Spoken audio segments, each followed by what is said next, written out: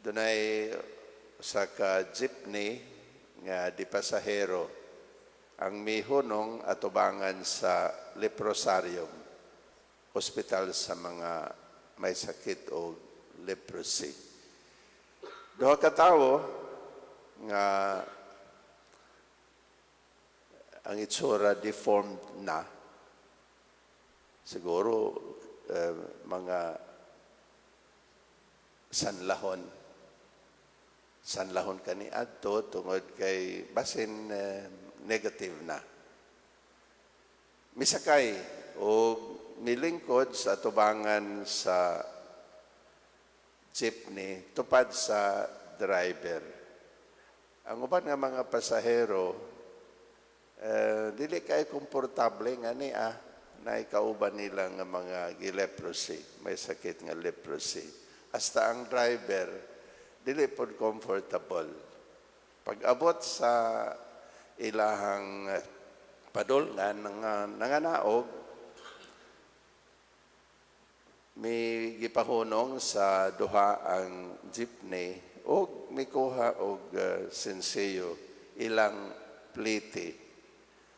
Ang driver nga nahadlok nga muhikap sa kamot, masakhilan sa kamot ang iyahang kamot pod, nahadlok nga matakdan, ningon na lang okay na, libre ra mo.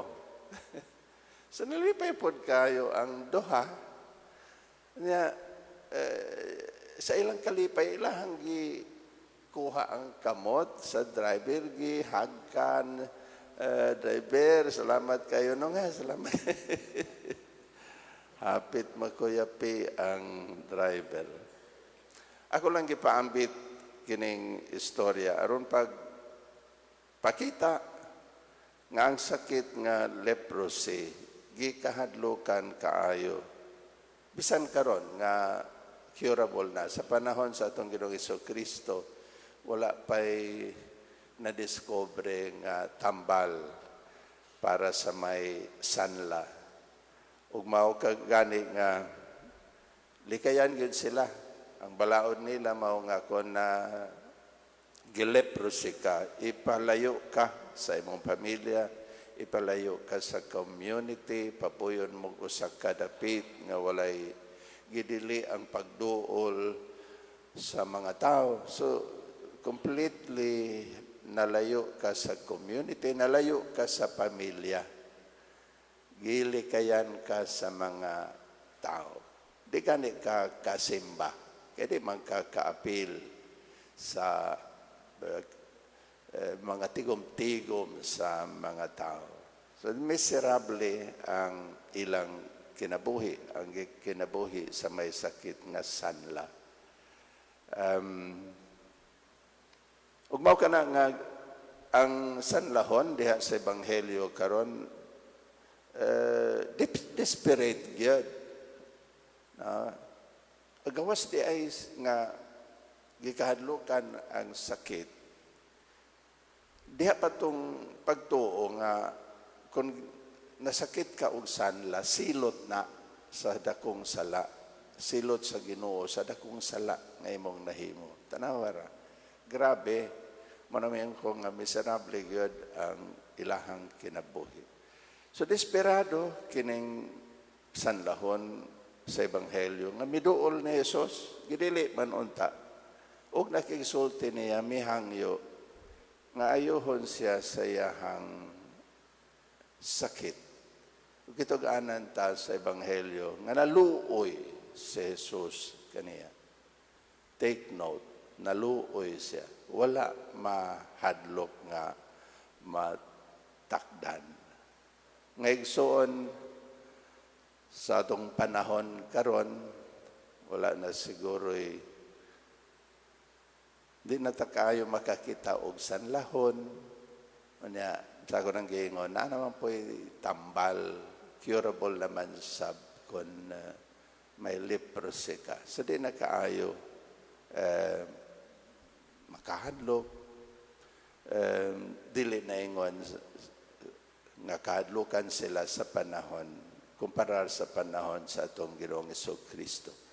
Pa natong ibawaan nga bisan tuod wala di na kay kita makakita og mga tao nga may leprosy. Apan atong ibawaan nga naapoy matawag nato og modern day lepers. Mga tao nga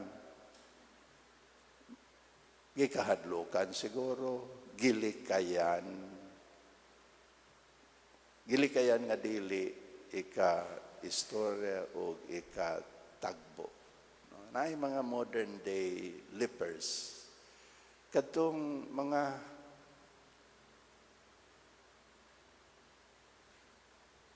pobre, mga makililimos, no? Mga igsuon nato nga anaa sa magpuyo sa mga dapit nga hugaw, squatter area, na mga tao nga mga badyaw nga anaa sa kadalanan nga gikahanlukan kay samok, gilikayan kay kulit. Ingon ni ana, usa na sa mga modern day lepers nga ako ang gihisgutan. Mga preso, no? Mga binilanggo,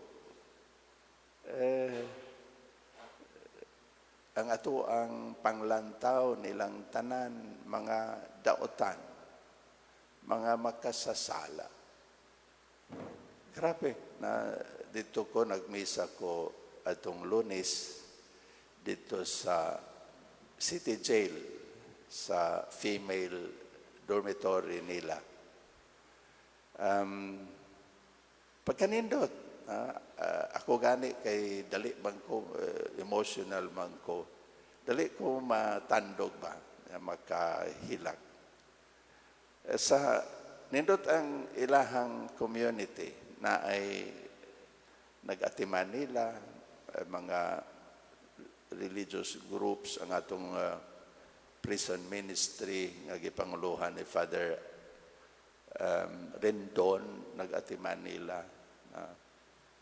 Kumplito na sila choir, na sila mga lectors, suhito sa pangsimbahan ng mga kalihukan.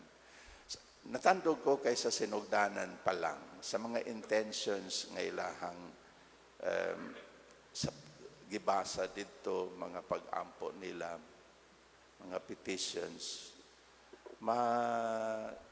ilan nimo ang ilang mga pangandoy nga unta makagawas na pag-ampo tanan sa ilang bana, sa ilang mga anak nga maayog panglawas, na pag-ampo ngadto sa Ginoo nga unta sulbad na dunay mga hearings nga himuon nga unta mugawas nga okay na sila nga mopauli. Mga pangandoy, pamilya gyud kanunay, bana, mga anak. Nya imong mabatyagan unsa ang ilahang, unsa ang anaa sa ilang kasing-kasing.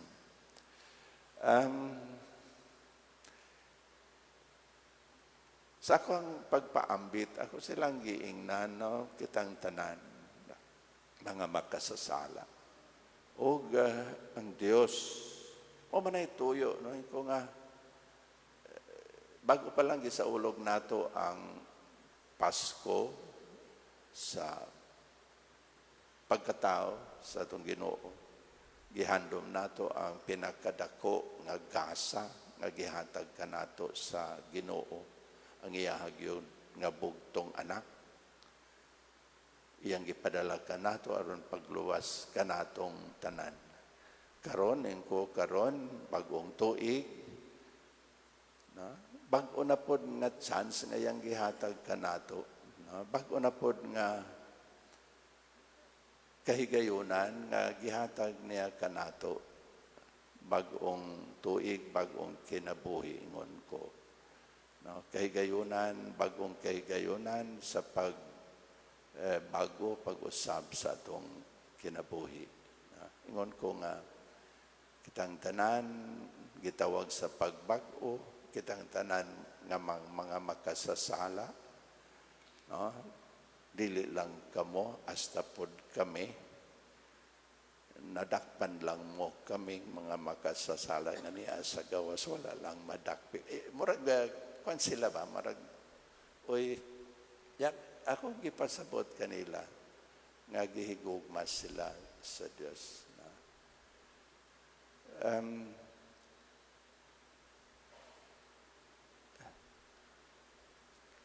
Diha katoy meeting sa Osaka organization sa simbahan, Pasko to.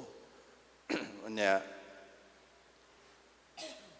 nasabutan sa organization nga mobisita sa jail aron manghatag og pinaskuhan. Usa sa mga miyembro ang ningon nganong magtagad pa man ta nila, nganong ato man ang tagdon sila, no? Mga makasasala man na sila tanan, no? Anga na sila mag-antos sa ilahang nahimo nga sala. Unya ningon ang usa, Brad, na mga Kristiyanos biyata, mga Kristiyano magkata, sumusunod man kahata ni Kristo. Si Kristo nagpakita og gugma o kaluoy sa mga makasasala. Mga sumusunod man kita ni Kristo. Maigsoon, si Jesus nagpakita og kaluoy o gugma sa mga sanlahon. Unta kita usab magpakita isip Kristiyano, magpakita sa ingon nga gugma og kaluoy sa mga modern day lepers diha sa atoang katilingban. Aron mahimo kitang angayan sa ngalan nga Kristiyano, sumusunod ni Kristo. Amen.